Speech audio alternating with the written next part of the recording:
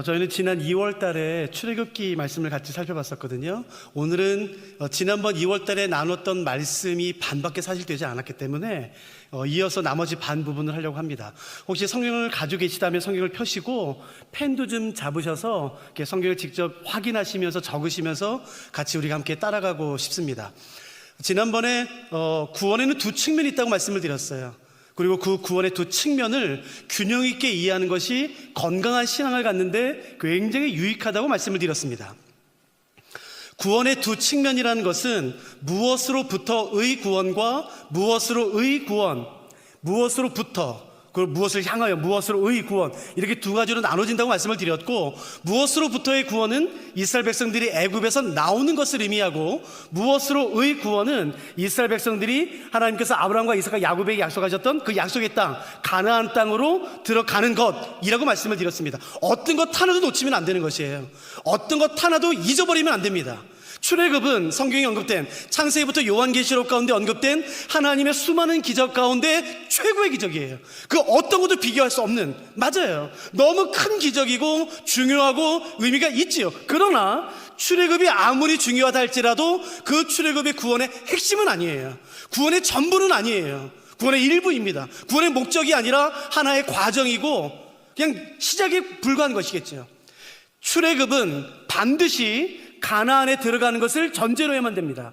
가나안에 들어가지 못한다면 출애굽 자체는 심판일 수 있어요. 저주일 수 있어요. 그냥 광야에서 살아야만 되기 때문에 그렇겠죠. 구름도 없고 그냥 그늘도 없고 음식도 없고 물도 없는 광야에서 살아야 되기 때문에 그렇습니다. 그러므로 출애굽한 이스라엘 백성들은 반드시 가나안 땅에 들어가야지만 되는 것이에요. 지난번에 요 앞부분을 나눴다면 오늘은 뒷부분, 가나안 땅에 들어가는 부분을 나누려고 합니다. 여호수아서 1장 말씀을 제가 시간이 허락하는 범위 안에서 제가 한 절 한 절 같이 살펴보고 싶습니다. 여호수아서 1장 1절 2절을 제가 한번 다시 한번 읽어볼 테니까 한번 눈여겨보시겠습니까? 여호와의 종 모세가 죽은 후에 여호와께서 모세의 수종자 눈의 아들 여호수아에게 말씀하여 이르시되, 내 종 모세가 죽었으니 이제 너는 이 모든 백성과 더불어 일어나 이 요단을 건너 내가 그들 곧 이스라엘 자손에게 주는 그 땅으로 가라. 출애굽한 이스라엘 백성들이 무려 40년의 광야 생활을 지난 다음에 드디어 요단강 앞에 섰어요. 요단강까지 오는 게 결코 쉽지 않았습니다. 무려 40년이나 시간이 걸렸고 수많은 우여곡절들이 있었어요. 그러나 이스라엘 백성들은 반드시 요단강을 건너야만 되는 것이에요. 왜냐하면 하나님께서 이스라엘 백성들에게 주길 원하시는 그 약속의 땅은 요단강 저편에 있기 때문에 그런 것이에요. 아무리 수고했다 할지라도 여기서 포기하면 안 돼요. 그 요단강, 나를 지금 가로막고 있는 요단강을 반드시 건너가야 돼요. 그래야지만 하나님께서 우리에게 주길 원하시는 그 유업의 땅을 취할 수가 있고 밟을 수가 있는 것이에요. 요단강이 힘들다 할지라도, 내 힘으로 건널 수 없다 할지라도 절대로 거기서 포기하면 안 되는 것이에요. 어떻게 하면 요단강을 건널 수 있는가? 이제 하나님께서는 여호수아 1장 1절과 2절에 너희는 일어나 요단강을 건너가라라고 말씀하시는데, 여기서 우리가 좀 살펴보신 것은 뭐냐면은 하나님께서 이스라엘 백성들에게 말씀하시는 시기예요. 언제 이렇게 말씀하시는가? 그걸 보면 좀 의미심장합니다. 같은 단어가 두 번이나 반복되는데 여러분 그게 한번 뭔지 보세요. 제가 한번 다시 한번 1절과 2절을 읽어드릴 테니까 같은 단어가 두 번 반복돼요. 하나님께서 이스라엘 백성과 여호수아에게 이렇게 말씀하셨던 시기가 언젠가?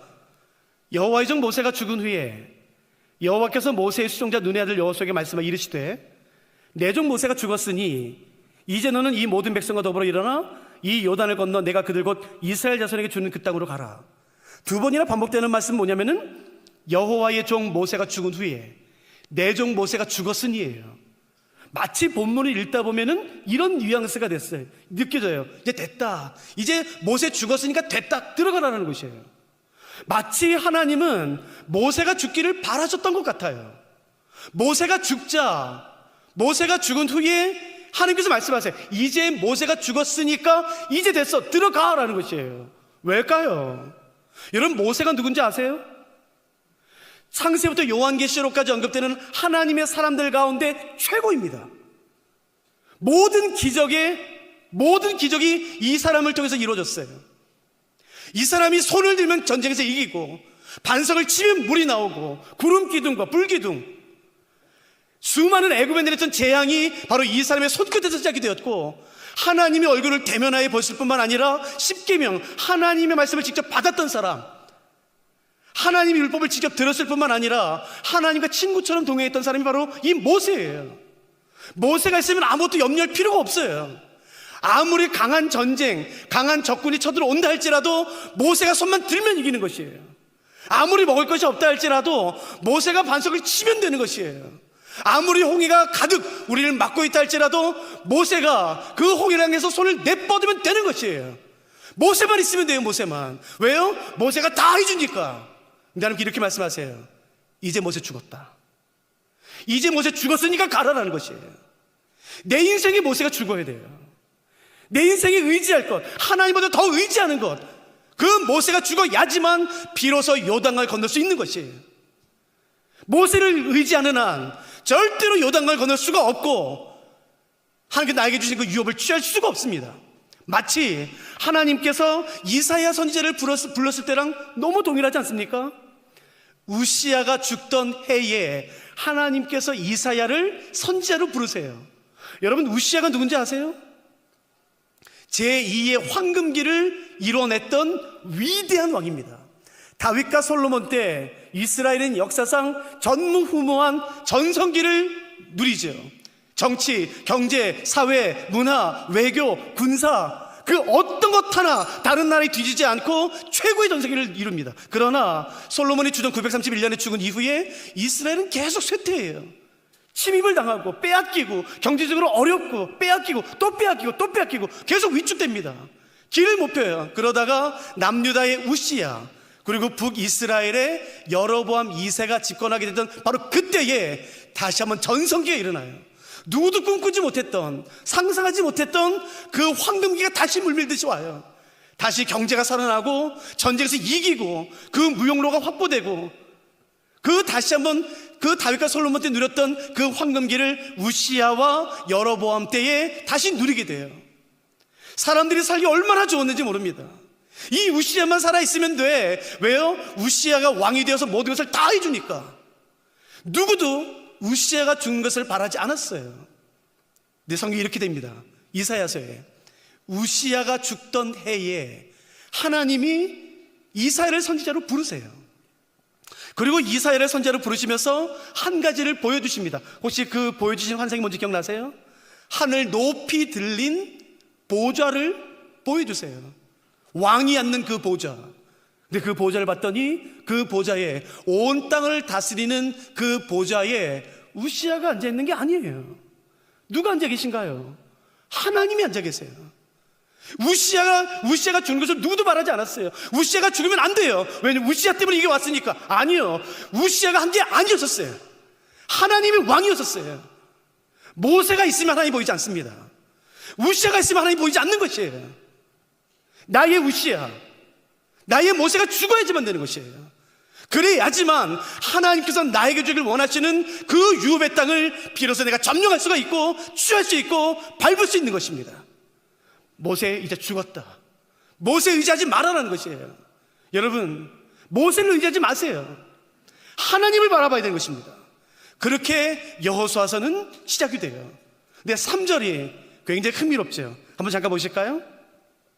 내가 모세에게 말한 바와 같이 너희 발바닥으로 밟는 곳은 모두 내가 너희에게 주었노니. 여러분, 제가 3절을 다시 한번 읽을 테니까 한번 이 질문을 생각해 보시겠어요?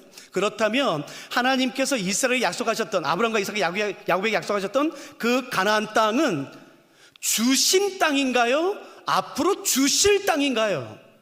한번 생각해 보세요. 이미 주셨나요? 아니면 앞으로 주실 건가요? 제가 3절 읽어볼 테니까 한번 대답해 보세요. 내가 모세에게 말한 바와 같이 너희 발바닥으로 밟는 곳은 모두 내가 너희에게 주었노니. 여러분, 동그라미 쳐보세요. 너희 발바닥으로 밟는, 여러분, 이것은 밟을로 해석하셔야 돼요. 미완료형으로 되어 있어요. 그러니까 미래입니다. 네가 앞으로 밟을 거야. 그 땅을 밟을 거야. 근데 그 다음 말이 재밌죠? 곧 모두 내가 너희에게 주었다. 완료로 되어 있어요. 그렇기 때문에 가나안, 그 약속, 유업의 성격은 무엇이냐면은 이미 약속하셨어요. 그러나 아직 주어지진 않았어요. 그 땅은 이미 약속으로 주어졌어요. 그러나 아직 성취되지는 않았어요. 하나님의 전적인 은혜로 주어진 이 약속의 땅, 그 은혜가 나의 삶에 성취되기 위해 필요한 것은 뭐냐면은 내가 밟아야 되는 것이에요. 누구도 대신 밟아주지 않습니다. 누구도 대신 기도해 줄 수 없는 것이에요. 내가 취해야 되는 것이에요. 누가 오늘 그런 마음이 되도록 하시겠습니까? 기다린다고 되는 것이 아닌 것이에요. 이건 내가 취해야 되는 것이에요. 어쩔 때는 잠잠히 기다려야 될 때가 있는 것이에요. 기다려야 되는 거예요. 오래 참아야 되는 것이에요. 아니요. 그러나 이 유업은 그렇지 않습니다. 하나님께서 나에게 주시기로 약속하신 그 유업을 나의 것으로 취하기 위해서 필요한 것은 내가 가서 그 땅을 밟는 것이에요. 아직 이루어지지 않았습니다. 아직 성취되지 않았어요. 그래서 내가 가야 되는 것이에요. 어떤 사람은 이렇게 말할 수 있죠. 아니, 그럴 필요가 뭐 있냐? 하나님께서 주시기로 약속을 하셨잖냐?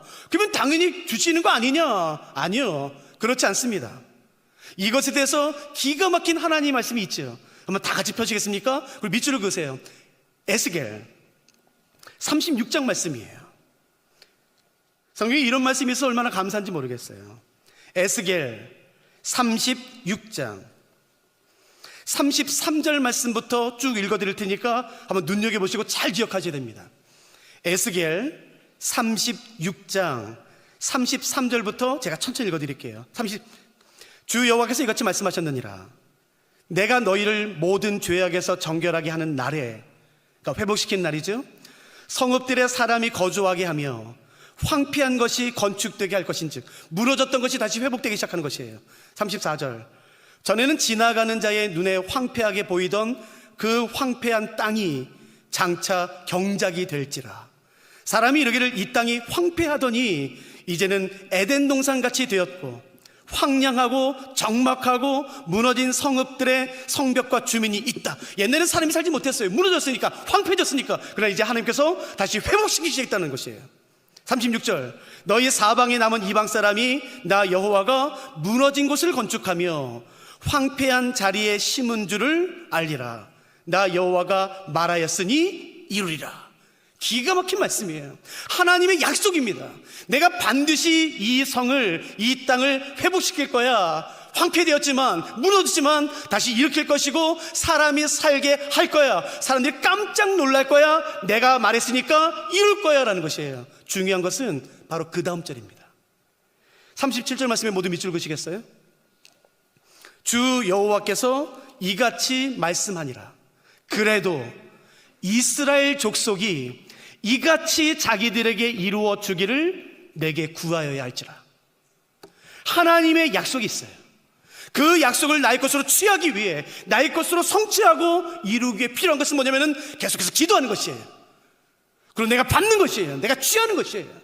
어떤 것은 기다리면 되는 것이 있죠. 그러나 유업은 그렇지 않습니다. 하나님께서 여러분에게 주길 원하시는 유업이 어디 있습니까? 그 유업을 정확히 바라보셔야 되는 것이에요. 요단강에 가로막혀 있는 그 유업을 내가 바라봐야 되는 것이에요. 이미 약속했다 할지라도 그때까지 내가 취해야 되는 것이에요. 그래서 지금 여호수아서는 말하고 있는 것이에요. 여호수아서는 이렇게 시작이 됩니다. 다시 여호수아를 한번 가시겠습니까? 4절. 저는 이 4절이 너무 좋아요. 이 4절 안에 담겨있는 지혜는 웬만한 지혜 문학에서도 발견할 수 없는 지혜예요. 한번 들어보세요. 4절, 곧 광야와 이 레바논에서부터 큰 강, 곧 유브라데 강까지 헷 족속의 온 땅과 또 해지는 쪽 대해까지 너희의 영토가 되리라. 하나님께서 아브라함과 이삭과 야곱에게 약속하셨던 그 땅의 범위가 어떻게 되는지 말씀하시는데 보세요. 광야, 그 남쪽에 있는 그 넓은 광야, 그리고 레바논에서부터 큰 강 유브라데까지, 거기가 다가 아니에요. 헷 족속의 온 땅, 그 위쪽 지역에 헷 족속의 온 땅과 또 해 지는 쪽 대해, 지중해를 의미하거든요. 그 넓은 광활한 땅, 여러분 이 범위를 지도로 본다면 얼마나 광활한 땅인지 몰라요. 넓은 땅입니다. 430년 동안 종로를 샜던 이스라엘 사람들이 결단코 바라볼 수 없었던, 자기 힘으로 가질 수 없었던, 아니 그 당시 주변 열강들이 모두 탐냈던, 원했던 바로 그 넓은 광활한 땅이 바로 이 땅이에요. 그러므로 이스라엘이 끝까지 가서 취해야 되는 것이 바로 이것입니다. 광야, 레바논에서부터 유브라데강까지, 우리 해쪽 속의 땅까지, 여러분 그 지중해까지 그 넓은 광야를 이스라엘 백성들은 가서 취해야 되는 것이에요. 그러나 잘 들어보세요. 4절에 언급된 이 범위는 이스라엘 백성들이 반드시 가서 취해야 하는 곳이지만 동시에 멈춰야 되는 곳이에요. 이 4절에 언급된 이 땅은 이스라엘 백성들이 가서 취해야 하지만 반드시 거기에서 멈춰야 되는 것이에요.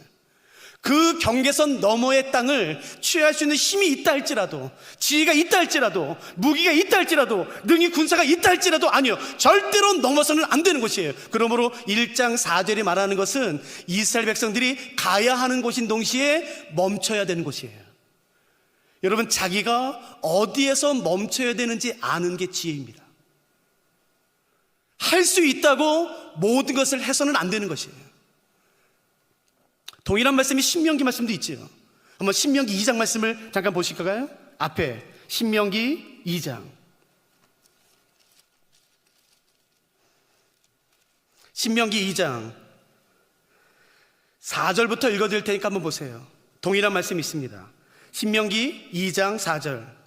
너는 또 백성에게 명령하여 이르기를 너희는 세일산에 거주하는 너희 동족 에서의 자손이 사는 지역으로 다닐진대. 그러니까 세일 땅, 에돔 지역을 의미하죠. 그들이 너희를 두려워하리니 너희는 스스로 깊이 삼가고 그들과 다투지 말라. 그들의 땅은 한 발자국도 너희에게 주지 아니하리니 이는 내가 세일산을 에색의 기업으로 주었음이라. 여러분 9절도 보세요. 여호와께서 내게 이르시되 모압을 괴롭히지 말라. 그와 싸우지도 말라. 그 땅을 내가 너희에게 기업으로 주지 아니하리니 이는 내가 롯 자손에게 아르를 기업으로 주었습니다. 하나님께서는 이스라엘 백성들에게 가라 말씀하세요. 동시에 멈추라라고 말씀하세요. 여호수아서 1장 4절에 언급된 이 땅은 이스라엘 백성들이 전심전력으로 가서 취해야 되는 땅이에요. 동시에 거기서 멈춰야 되는 것이에요. 네, 다시 말씀드리지만 내가 아무리 군사력이 뛰어나고 내가 아무리 할 수 있는 무기가 있다 할지라도 그 경계를 넘어서 취하면 안 되는 것이에요. 할 수 있다는 것은 해도 된다는 것을 의미하지 않습니다. 멈출 줄 아는 지혜가 필요해요. 무조건 많이 갖는다고 좋은 게 아닙니다. 내게 주지 않으신 것이 있어요. 내 취했을 때, 가졌을 때, 내 땅을 넓혔을 때, 재정을 넓혔을 때, 내 지위를 넓혔을 때 반드시 그 재정이, 그 자리가 우리를 해야 하는 것을 우리는 많이 봐요. 우리가 정말로 구해야 되는 그 지혜는 뭐냐면은 하나님, 나에게 멈출 수 있는 지혜를 주십시오 라는 것이에요. 정말 멋있는 사람 중에 한 사람은 뭐냐면은 자기가 멈출 때를 아는 것이에요. 할 수 있다고 모든 것을 다 가지면 안 된다는 뜻입니다. 문자 그대로 여러분 너무 많은 땅을 갖지 마세요. 너무 많은 집을 갖지 마세요. 너무 많은 재정을 갖지 마세요. 아이 돈 많으면 좋지 않나요? 절대로 아닙니다. 여러분 필요한 만큼이 그 이상의 자리와 그 이상의 명예와 그 이상의 땅과 집과 그 모든 것들을 소유하게 될 때에 그 넘은 것이 반드시 나의 영혼을 좀 갈라먹게 돼 있어요. 나의 영혼을 반드시 멸망시키게 돼 있어요. 이 지혜, 갈 때와 멈춰야 되는 것을 아는 지혜, 저는 그 지혜가 오늘 우리에게 있으면 정말 좋겠더라고요. 또 다른 지혜가 바로 그 다음에 나오죠. 7절과 8절을 한번 보시겠습니까? 7절, 8절 유명한 말씀이죠. 오직 강하고 극히 담대하여 나의 종 모세가 내게 명령한 그 율법을 다 지켜 행하고 우로나 좌로나 치우치지 말라. 그리하면 어디로 가든지 형통하리니 이 율법책을 내 입에서 떠나지 말게 하며 주야로 그것을 묵상하여 그 안에 기록된 대로 다 지켜 행하라. 그리하면 내 길이 평탄하게 될 것이며 내가 형통하리라. 하나님께서 이 말씀을 언제 주셨냐면 이스라엘 백성들이 가나안 땅에 들어가서 그 가나안 족속과 싸우기 전에 이 말씀을 주세요. 여호수아야, 이스라엘 백성아, 내 말 한번 들어봐라. 이제 너희가 한 번도 싸워보지 못했던 적들과 싸울 거다. 너희의 손에는 무기 하나 없는데 칼과 창과 병거와 너네들이 한 번도 보지 못했고 경험하지 못했던 그 어마어마한 무기를 가진 가나안 족속과 이제 너희가 싸울 거야. 여러분, 이 당시는 시기적으로 본다면 청동기에서 철기로 넘어갈 때예요. 그래서 가나안 족속은 일반 세계사에 의하면 칼이 있었어요, 창이 있었어요, 방패가 있었어요, 병거가 있었어요. 그러나 이스라엘 사람들 손에는 칼 하나 없었습니다. 돌도끼밖에 없었어요. 어떻게 이깁니까? 하나님께서 계속 미리 말씀하세요. 이스라엘아, 들어라. 너희가 이제 가나안 땅에 들어가서 상상하지도 못했던 기골이 장대한 민족과 싸우게 될 거야. 한 번도 보지 못했던 너희들의 간담을 서늘하게 하는 무기를 직접 보게 될 거다. 한 번도 보지 못했던 전략을 보게 될 거야. 네, 기억해라. 거기서 내가 너희에게 이기는 방법을 알려주마. 이 전쟁에서 승리하는 비결을 알려주마 라고 말씀하시는 장면이 여호수아서 1장 7절과 8절이에요. 이 말씀이 중요한 이유는 한번 들어보세요. 그 가나안 땅은 이스라엘 백성들이 가서 빼앗는 것이 아니에요. 가나안 사람과 싸워서 이김으로 말미암아 그 땅을 나의 땅으로 만드는 것이 아니라 하나님께서 이스라엘에게 주셔야지만 되는 것이에요. 그러니까 이 싸움은 가나안과 이스라엘의 싸움이 아닌 것이에요. 이 싸움의 성격은 가나안과 이스라엘이 아니라 이스라엘과 하나님과의 관계인 것이에요. 그러므로 이 가나안 전쟁의 승패는 어디서 결정되는가? 실제로 칼과 칼이 맞닥뜨리는 전쟁터에서 결정되는 것이 아니라 하나님과 이스라엘이 만나는 그 장소에서 이 전쟁은 승패가 결정되는 것이에요. 이 비밀을 깨닫는 게 지혜입니다. 내 인생의 성공과 실패는 실제로 직장에서, 학교에서 결정되는 것이 아닌 것이에요. 이 세상의 모든 것을 다스리시는 하나님께서 나에게 주신 것이기 때문에 내가 하나님 앞에 앉아있는 그 시간, 그 장소가 바로 중요한 승패처인 것입니다. 거기가 헤드쿼터인 것이에요. 거기서 결정되는 것이에요. 여러분 생각해 보세요. 이스라엘 백성들이 40년 동안 광야 생활을 했어요. 무려 200만 명이 걸어갑니다. 갈지 말지, 싸울지 아니면은 싸우지 말지, 화평할지, 여기로 갈지 저기로 갈지, 어떻게 할지 수많은 것들을 결정해요. 어디서 결정하는지 아십니까? 이스라엘 백성들이 광야에서 지냈던 그 40년의 기간 동안에 그 수많은 그 결정의 순간 가운데 이스라엘 백성들이 결정했던 것은 어디냐면은 바로 성막이에요. 하나님 앞에 앉아 있었던 바로 그 장소, 그 시간이 승부처 있었습니다. 모든 승부는 다 거기서 결정났어요. 이것을 깨닫는 게 지혜입니다. 내가 어떻게 할까? 내가 여기를 갈까 말까? 이 일을 할까 말까? 그 모든 것들은 이 세상에서 결정되는 것이 아니라고 성경이 명확히 말하는 것이에요. 그 모든 것들이 결정되는 것은 내가 하나님 앞에 앉아있는 그 시간에, 그 장소에서 결정됩니다. 200만 명이나 되는 그 수많은 이스라엘 백성들의 모든 결정이 그 조그만한 성막에서 결정됐던 것처럼 내 인생의 모든 것은 하나님 앞에서 결정되는 것이에요. 그러므로 여러분의 삶에 성막을 세우십시오. 구별된 시간, 구별된 장소, 구별된 마음, 하나님 앞에 앉아있는 시간을 절대로 소홀히 생각하시면 안 돼요. 이건 뭐하나, 이게 무슨 뭐가 아니요. 가장 중요한 것이 내가 하나님 앞에 머물러 있는 바로 그 장소, 그 시간인 것이에요. 저는 그 말씀 드리고 싶어요. 온라인으로 예배 드려도 은혜 받을 수도 있지만 만일 가능하시다면 꼭 현장 예배를 나오세요. 시간을 구별하시고 장소를 구별하셔서 내가 하나님 앞에 앉아있는 그 시간과 그 장소를 반드시 확보하셔야 되는 것이에요. 왜냐하면 내 모든 인생은 거기서 결정이 나요. 저는 한 단체의 대표예요. 제 한 사람의 결정이 저희 단체 모든 단체의 결정이에요. 많은 사람이 제 결정에 따라갑니다. 제가 결정하는 것은 제가 알죠. 새벽에 해가 뜨기 전에 그 제 책상 앞이에요. 저는 거기서 항상 결정해요. 하나님 앞에서 기도하면서 무릎 꿇고. 사람들은 몰라요. 어디서 결정하는지 몰라요. 어디서 승패가 결정되는지 아무도 몰라요. 그러나 알아요. 우리의 모든 승패는 하나님 앞에서 결정되는 것을 여러분 절대로 잊으시면 안 됩니다. 그래서 말씀하신 것이에요. 너의 입에서 율법책이 떠나지 않도록 해라. 너의 삶에서 하나님이 떠나지 않도록 해라. 이게 가장 중요한 거야 라고 말하는데 여러분, 사람들이 잘 듣지 않아요. 아니야, 내 승패는 칼 끝에 있어. 철병거에 있어. 방패에 있어. 더 많은 무기, 더 많은 군사, 더 장대한 군자를 가지는 데 있어. 아니요, 절대 그렇지 않아요. 나의 모든 승패는 하나님 앞에서 결정되는 것이에요. 저는 이 지혜가 오늘 우리 가운데 있기를 원하는 것이에요. 2장으로 한번 넘어가 볼까요? 2장은 1절이 이렇게 되죠.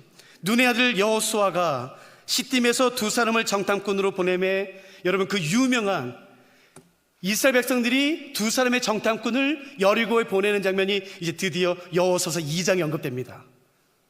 그래서 기생 라합을 만나요. 그런데 여러분, 한번 제가 질문해 볼까요? 아니, 꼭 보낼 필요가 있었을까? 아니, 여호수아와 이스라엘 백성들이 그냥 가서 치지, 공격하지, 꼭 두 명의 정탐꾼을 보낼 필요가 있었나? 굳이? 반대로 이렇게 질문해 볼까요? 그렇다면 만일 정탐꾼을 보내지 않았더라면 얻을 수 없었던, 결코 알 수 없었던 것은 뭘까요? 두 가지입니다. 정탐꾼을 보냄으로 말미암아 알게 된 것, 정탐꾼을 보내지 않았더라면 절대 알 수 없었던 것은 두 가지예요. 첫째, 이스라엘 백성들은 정확히 40년 전에 똑같은 일을 했었죠. 정탐꾼을 가나안 땅에 보냅니다. 돌아왔어요. 그리고 말합니다. 너무 좋습니다. 하나님께서 아브라함과 이삭과 야곱에게 약속하셨던 그 땅은 정말 너무 좋습니다. 적과 꿀이는 정말 좋은 땅입니다. 그러나 못 들어갑니다. 거기는 우리보다 키가 커요. 무기가 커요. 성이 요새화되어 있어요. 우리는 절대로 못합니다 라고 정탐꾼의 보고로 말미암아 이스라엘 백성들의 간담이 높고 두려워졌어요. 그 두려움을 극복해내지 못했어요. 그 두려움에 사로잡혀서 이스라엘 백성들이 내린 결정은 뭐냐면은 그 약속의 땅 바로 앞에서 뒤돌아서 다시 광야로 가는 것이었어요.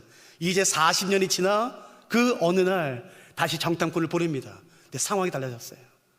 이스라엘 백성들이 알게 됐어요. 그 가나안 사람들이 자기들을 두려워하고 있다는 사실을, 우리가 묶일 필요가 없다는 것을 이때 깨닫습니다. 근데 이것보다 더 중요한 게 바로 그 다음이에요. 정탐꾼을 보내지 않았더라면 결코 알 수 없었던 것, 그것은 바로 뭐냐면은 하나님께서 완전히 진멸하시고 멸망시키시고 파괴하시고 짓밟으시기로 결정하셨던 그 성에 절대 함께 멸망하면 안 되는 한 사람이 있다는 것을 정탐꾼을 통해 알게 되는 것이에요. 하나님은 가나안을 진멸하시기로 결정하셨습니다. 심판하시기로 결정하셨어요. 그러나 그 마땅히 멸망돼야 되는 그 곳에 절대 함께 멸망되면 안 되는 한 사람이 있다는 것을 알게 됩니다. 근데 재밌죠? 그 사람이 누군지 아세요? 기생 라합이에요. 기생으로 번역된 히브리어는 매춘, 창렬한 뜻입니다. 누구도 귀하게 여기지 않아요. 사람들이 더럽게 봐요. 하찮게 봐요. 가증스럽게 봐요. 여러분, 그 한 여자를 위해서 지금 이스라엘 백성들 장정만 60만, 약 200만 명의 사람이 멈췄어요. 하루 이틀, 여러분 200만 명이 빨리 가서 그 땅을 정복해야지 비용이 줄어듭니다. 200만 명이 이동하지 않고 한 곳에 계속 있으면 비용이 얼마나 많이 드는지 아세요? 수억 들어요, 수억. 하루하루 지날수록 더 많은 돈이 들게 돼 있어요. 그 여자가 그럴 가치가 있습니까? 수억의 돈을, 무려 200만 명의 사람들이 움직이지 않고 기다릴 만큼의 가치가 그 여자에게 있습니까? 그 돈을 쏟아 부어서 그 고작 한 명, 창녀 같은 그 한 명 구원하는 게 그렇게 가치가 있습니까? 사람들은 말하겠죠. 없습니다. 그러나 하나님은 아닌 것이에요. 아니야, 있어라는 것이에요. 사람들의 생각과 하나님의 생각이 달랐고 사람들의 답과 하나님의 답은 달랐어요. 기꺼이 200만 명이나 되는 그 어마어마한 사람들의 행군을 멈추게 하시면서까지, 그 어마어마한 비용을 들이시면서까지 정탐꾼을 보내십니다. 그래서 찾아내요. 하나님이 멸망하시기로 결정하신 그 성에 절대 함께 멸망되면 안 되는 그 사람을 찾아내세요. 여러분, 우리가 그 사람들입니다. 하나님께서 찾아내신 사람들. 여러분, 우리는 구원의 가치가 있어서 구원을 받았습니까? 하나님의 사랑과 은혜와 구원을 받기에 합당한 가치가 있어서 구원을 받았습니까? 우리 중에 그런 사람은 아무도 없는 것이에요. 만일에 사단이, 천사들이, 사람들이 비웃었어요. 하나님, 뭐 저까지 것 때문에 저렇게 구원하십니까? 울산 대형교회 저까지 것 사람들 때문에 그런 일을 하셨습니까? 사람들은 말할 수 있어요. 그래, 가치가 없지. 아니요. 그러나 하나님은 달라요. 아니야. 충분히 가치 있어. 하나님은 사람을 그렇게 보세요. 그래서 200만 명의 사람들의 발걸음을 멈추게 하세요. 그리고 정탐꾼을 보내 라합을 찾아내세요. 그리고 그의 집에 붉은 줄을 달아내려 예수 그리스도를 상징하게 합니다. 더 기가 막힌 건 뭔지 아세요? 그 라합이라는 여자는 기생이었는데 단지 건짐을 받고 구원을 받은 것에서 끝나지 않고 예수 그리스도가 오는 족보에 그 이름이 올라가게 됩니다. 예수 그리스도가 오는 통로가 돼요. 그 놀라운 축복을 받은 그 한 사람의 이야기가 바로 여호수아 2장에 언급된 거죠. 그리고 나서 이스라엘 백성들은 이제 요단강을 건넙니다. 여러분, 요단강을 건너는 것은 홍해를 건너는 것과 완전히 다른 것이에요. 홍해는 이스라엘 백성들이 할 것이 아무것도 없습니다. 아까도 말씀드렸지만 모세가 다 했어요. 이스라엘 백성들이 홍해를 건너기 위해 할 것은 아무것도 없었어요. 그냥 모세가 손을 들면 홍해가 갈라졌고 그 갈라진 곳을 이스라엘 백성들은 건너기만 했으면 됐어요. 그러나 요단강은 다릅니다. 요단강은 1년을 기다리든 10년을 기다리든 100년을 기다리든 절대로 갈라지지 않아요. 어떤 사람은 홍해에 서 있는 사람이 있죠. 그러나 우리 중에 어떤 사람들은 요단강 앞에 서 있는 것이에요. 제가 이 말씀을 준비한 이유는 적어도 이 금요일 날 저녁 모임까지 올 정도의 신앙이라면 저는 이미 홍해를 건넌 사람이라고 생각하는 것이에요. 우리 중에 대부분의 사람들이 저는 요단강 앞에 서 있다고 생각합니다. 요단강 기억하세요. 기다린다고 갈라지지 않아요. 1년이 됐든 10년이 됐든 기다린다고 갈라지지 않습니다. 요단강이 갈라지는 방법은 오직 하나예요. 물이 흘러내리는 그 깊이를 알 수 없는 요단강에 내 발을 내디딜 때 갈라지지 않았는데요. 물살이 너무 센데요. 아니요. 그럼에도 불구하고 죽기로 각오하며 하나님 말씀에 순종해서 그 요단강에 내 발을 내디딜 때 여러분, 그때 비로소 요단강이 갈라지는 것이에요. 누가 오늘 나이를 가로막고 있는 요단강에 여러분 발을 내디디시겠습니까? 오늘 그 밤이 되면 좋겠는 것이에요. 내 삶의 요단강이 갈라지는, 늘 기다려왔던, 주저했던 그 요단강이 오늘 우리의 삶에서 갈라지는 그 역사가 일어나길 바라는 것이에요. 빨리 한번 가실까요? 6장. 여러분, 6장은 유명합니다. 뭘로 유명하냐면은 여리고성으로 유명하죠. 이 여호수아서 6장은 여리고성이 무너진 걸로 유명합니다. 울산 대형교회도 전도여행을 많이 가시죠. 단기 선교행, 코로나 전에는. 그러니까 단기 선교행을 가면 항상 하는 게 뭐냐면은 그렇게 도세요. 뭐 어디가 됐든. 여러분, 돈다고 무너지지 않아요. 여리고성은 이스라엘 백성들이 돌았다고 무너진 게 아니에요. 왜 무너졌을까요? 오늘 그것을 살펴보려고요. 여리고성이 무너진, 여리고성을 무너뜨린 비결은 뭔가? 이스라엘 백성들은 제사장들과 함께 하나님의 말씀에 따라서 하루에 한 바퀴씩 6일 동안 돌고 제일 마지막 날 다르게 돌죠.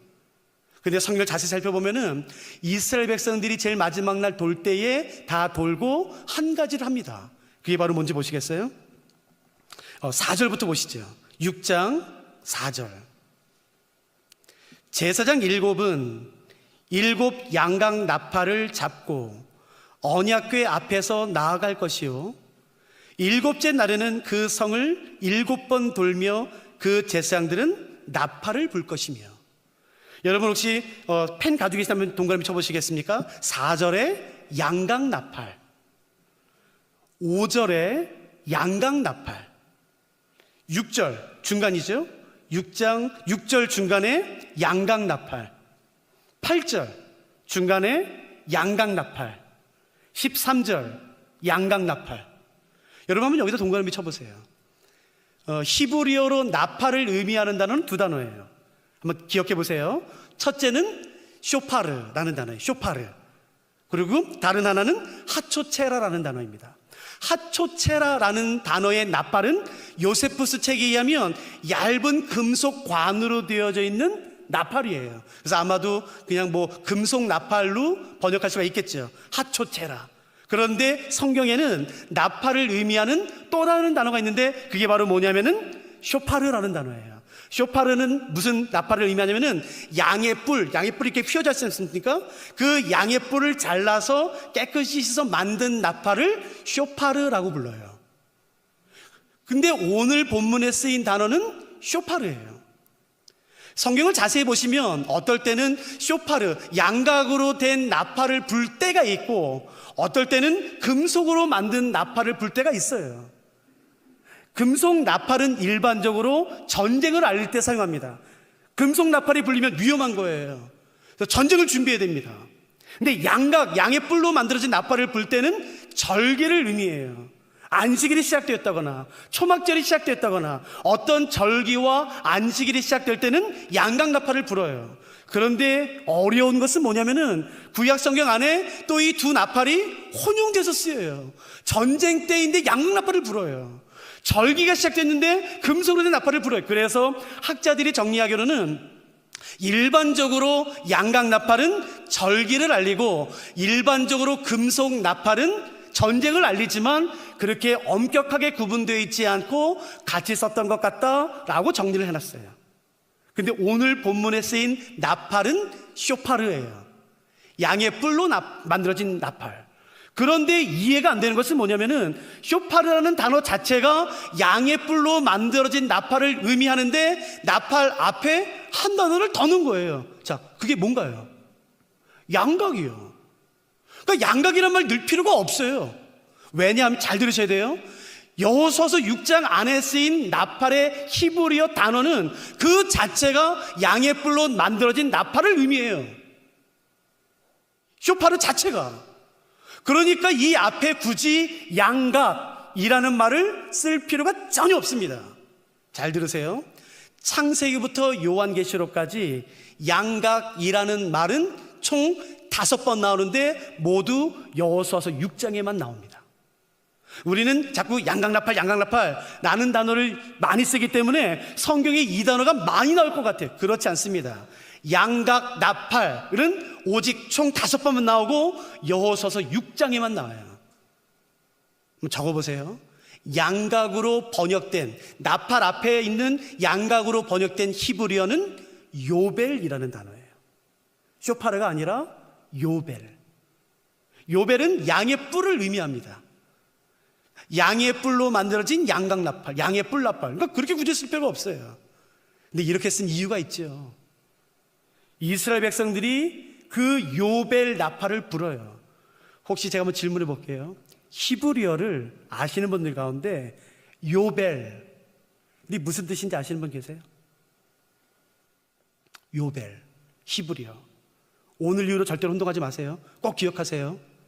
히브리어로 요벨이 어떻게 번역되냐면요, 레위기에서는 신년으로 번역됩니다.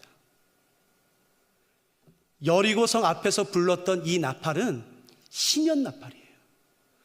하나님께서 그 가나안에 들어갔을 때에 가장 먼저 맞닥뜨린 그 여리고성 앞에서 제일 먼저 부르신 게 뭐냐면은 신년을 선포하세요. 이건 전쟁이 아닙니다. 이스라엘 백성들과 그 제사장들이 그 여리고성을 향해, 가나안 성을 향해 신년을 선포한 것이에요. 신년이 뭔 줄 아세요? 원래 주인에게 돌아가는 것입니다. 잃어버렸던 것을 되찾는 것이에요. 빼앗겼던 것을 다시 되찾는 게 신년입니다. 묶였던 것에서 자유케 되는 것이 신년이에요. 그 가나안의 첫 성인 여리고 앞에서 신년의 양각나팔을 불렀다는 것은, 신년을 선포하면서 이 모든 가나안 전쟁이 시작됐다는 것은 그 가나안의 신년을 선포한 것이에요. 너희 가나안 모든 족속들아, 죄에 묶여있는 모든 족속들아, 너희의 원래 주인에게로 돌아가라는 것이에요. 너희의 주인은 죄가 아니라 하나님이라고 말하는 것이에요. 너희를 묶어있는 모든 죄에서, 억압에서, 질병과 상처와 모든 수치에서 벗어나 너희의 원래 모습으로 회복되어라 라고 말하는 것이 바로 이 희년입니다. 저는 이 희년이 오늘 여기서 선포되면 좋겠어요. 희년을 기억하세요. 원래의 모습으로 돌아가는 것이에요. 깨어진 모든 것들이 원래의 상태로 회복되는 것이에요. 잃어버렸던 것을 다시 찾는 시간이에요. 빼앗겼던 것을 다시 내가 찾는 것이에요.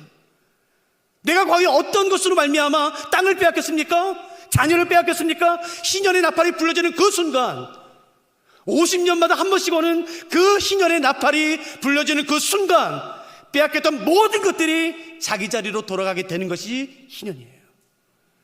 여러분이 되찾고 싶은 것이 있으세요? 여러분의 삶에 깨어진 것이 있으세요? 원래 상태로 돌아가기를 그렇게 간절히 원했던, 혹시 특별히 관계 가운데 아내와 남편, 자녀, 부모, 누구와의 그 깨어진 관계 가운데 간절히 원하지만 할 수 없었던, 저는 오늘 그 관계 가운데 하나님의 이 양각나팔, 신년의 나팔이 선포되길 원해요.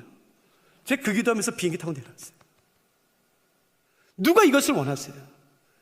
깨어진 하나님의 영상이 회복되어지고 잃어버렸던 모든 신앙들이 다시 회복되는 그 시간, 노예로 살며 나의 모든 정체성이 완전히 무너졌던 그 순간, 그 장소에 그 사람에게 하나님의 신년의 나팔이 불려지는 그 순간 모든 것들이 회복되기 시작하는 것이에요. 전적인 하나님의 은혜로 주어지는 것입니다. 예수 그리스도께서 오셔서 이 희년을 50년마다 한 번씩 주어지는 이 희년을 매 순간만으로 바꾸셨어요. 한번 잠깐 보실까요? 누가복음 4장입니다. 다 같이 펴실까요? 누가복음 4장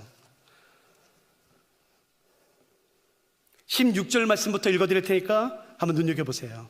누가복음 4장, 예수 그리스도의 첫 설교입니다. 예수께서 그 자라나신 곳 나사렛에 이르사 안식일에 늘 하시던 대로 회당에 들어가서 성경을 읽으려고 서심해 선지자 이사야의 글을 들이거늘 책을 펴서 이렇게 기록된 데를 찾으시니 곧 주의 성령이 내게 임하셨으니 이는 가난한 자에게 복음을 전하게 하시려고 내게 기름을 부으시고 나를 보내사, 잘 들어보세요, 포로된 자에게 자유를, 눈먼 자에게 다시 보게 함을 전파하며 눌린 자를 자유롭게 하고, 여기다 밑줄 그으세요. 포로된 자에게 자유를, 눈먼 자에게 다시 보게 함을, 눌린 자를 자유롭게 하고 주의 은혜의 해를 전파하게 하려 하십니다. 주의 은혜의 해가 바로 신년입니다. 책을 덮어 그 맡은 자에게 두시고 앉으시니 회당에 있는 자들이 다 주목하여 보더라. 21절, 이에 예수께서 그들에게 말씀하시되 이 글이 오늘 너희 귀에 응하였느니라. 그러면은 포로된 자가 자유롭게 되는 날은 언젠가요? 눈먼 자가 다시 보게 되고 눌린 자가 자유롭게 되는 날은 언젠가요? 내일인가요? 죽어야지만 되나요? 아닙니다. 예수님께서 이 말씀을 선포하세요. 그게 오늘이다라는 것이에요. 50년을 기다려야지만 경험할 수 있는 그 희년을 예수 그리스도께서 오심으로 말미암아 매 순간으로 다 바꿔놓으셨어요. 예수 그리스도의 이 은혜가 임하는 그 순간이 희년입니다. 매일마다 우리는 예수 그리스도로 말미암아 이 희년의 은혜를 경험할 수 있다라고 성경이 증언하는 것이에요. 저는 신유의 은사를 믿어요. 영적인 자유함뿐만 아니라 그런 정신적인 자유함, 그리고 육적인 자유함이 예수 그리스도의 이름과 그 보혈로 말미암아 우리에게 지금 이 시간 2021년 3월 달에도 우리에게 주어진다고 저는 믿습니다. 저는 지난주도 제가 경험했으니까. 왜 주저하세요 근데? 왜 이 희년이 있는데 다른 데 가서 주저하세요? 누가 오늘 이렇게 기도하시겠습니까? 하나님, 내 삶에 이 희년을 선포해 주십시오. 희년은 스스로 부르는 게 아니에요. 예수 그리스도께서 선포해 주시는 것이에요. 그 전적인 은혜가. 지난주에 정말 많은 사람들이랑 상담을 했어요. 구체적으로 말씀드리지 못해서 너무 죄송한데, 한 자매가 찾아와서 상담하다가 그 묶임 가운데 수많은 저주, 어떻게 이런 저주를 다른 사람한테 쏟아낼 수 있을까? 이 사람이 잘못한 게 아닌데 그 수많은 저주로 오랫동안 눌려있던 사람이 어떻게 찾아왔어요. 그래서 제가 복음을 전했어요. 그래서 그 자매가 가면서 저한테 이러고 갔어요. 목사님, 저 그러면 오늘부터 다시 울어도 되나요? 근데 그 말이 제 안에 깊이 남아요. 자기는 울 자격도 없다라고 사람들이 말했어요. 너는 울 자격도 없어. 아니요. 여러분, 사람들의 묶임으로부터 자유해지십시오. 환경으로부터, 어떤 질병으로부터, 관계로부터, 영적으로. 여러분, 예수 그리스도의 영이 임하는 곳에 자유함이 있는 것이에요.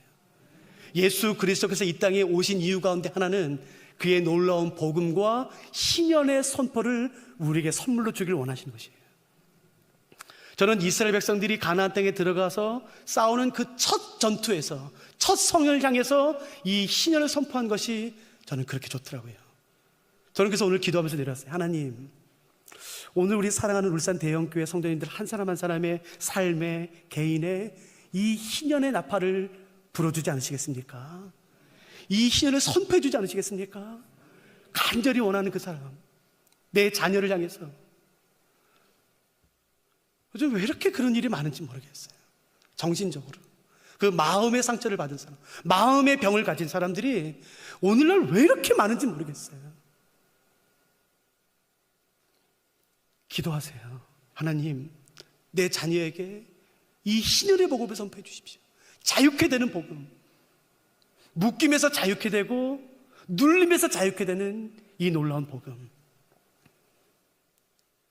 나 같은 사람 하나님이 기도 응답해 주실까? 그런 사람일수록 2장을 기억하세요. 하나님이 어떤 분인지 아세요? 2만 명이나 되는 사람들을 기꺼이 멈추게 하시면서까지 사람들에게 버림받았고 천하게 여김받았던 그 기생 라합을 끝까지 찾아내 손잡고 구출해 내신 분이 바로 우리 하나님이세요. 우린 그 은혜가 필요합니다. 기도하시죠. 여러분, 우리 오늘 이 기도 드리고 싶어요. 하나님, 나를 불쌍히 여겨주시옵소서. 나를 긍휼히 여겨주시옵소서. 하나님, 나는 하나님의 은혜가 아니면 아무것도 할 수 없습니다. 내가 의지했던 모든 모세와 내가 지금까지 의지했던 나의 우시아를 내려놓습니다. 맞습니다. 하나님, 나는 문제만 생기면 어떤 사람 찾아갔었습니다. 나는 문제만 생기면 돈으로 해결하려고 했습니다. 나는 문제만 생기면 어떤 힘을 의지했습니다. 하나님, 내가 나의 모세, 나의 우시아를 내려놓습니다. 나의 보좌에 오직 하나님만 앉아주십시오. 하나님만을 다스려 주십시오.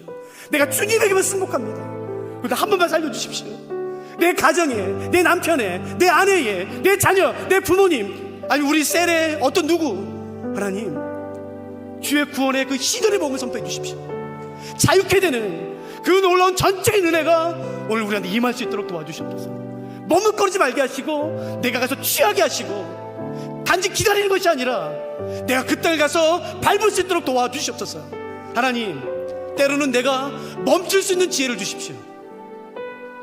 수많은 돈이 쏟아진다 할지라도 내가 그걸 거절할 수 있는 용기를 주십시오. 수많은 높은 자리와 명예가 내게 주어진다 할지라도 내가 다 받아먹지 않도록 도와주십시오. 멈출 수 있는, 끊을 수 있는 지혜를 나에게 허락해 주시옵소서. 주님께서 가라 하실 때 내가 가게 하시고, 주가 멈춰라 하면은 멈출 수 있는 그 용기와 은혜와 지혜를 나에게 허락해 주시옵소서. 하나님, 내 인생의 모든 결정을 내가 이제 사람 앞에서 하지 않습니다. 직장에 가서 하지 않습니다. 내가 하나님 앞에서 결정합니다. 내 삶의 시간을 떼고 장소를 떼어서 내 삶의 성소를 만들어 드립니다. 주님, 내가 여기서만 결정하겠습니다. 여기서만 내가 주의 말씀을 들음으로 말미암아 결정하겠습니다. 주님, 내 삶에 성소를 세울 때에 내 삶에 임하여 주시옵소서. 그리고 나에게 말씀해 주시고 결정하여 주십시고 내 삶을 인도하여 주시옵소서. 하나님, 나는 여전히 주의 은혜가 필요하고 주의 희년의 복음이 필요합니다. 내 삶을 묶고 있는, 내 삶을 억누르고 있는 그 모든 것으로부터 하나님 희년의 복음이 선포될 수 있도록 축복해 주시옵소서. 여러분, 우리 각자 주의 앞에 나가서 이제 기도하기 시작하십시오. 주의 은혜를 간구하며 우리 주 앞에 나가기 시작하십시오. 주님께서 오늘 우리를 만나주실 것이고 은혜를 베풀어 주실 것입니다.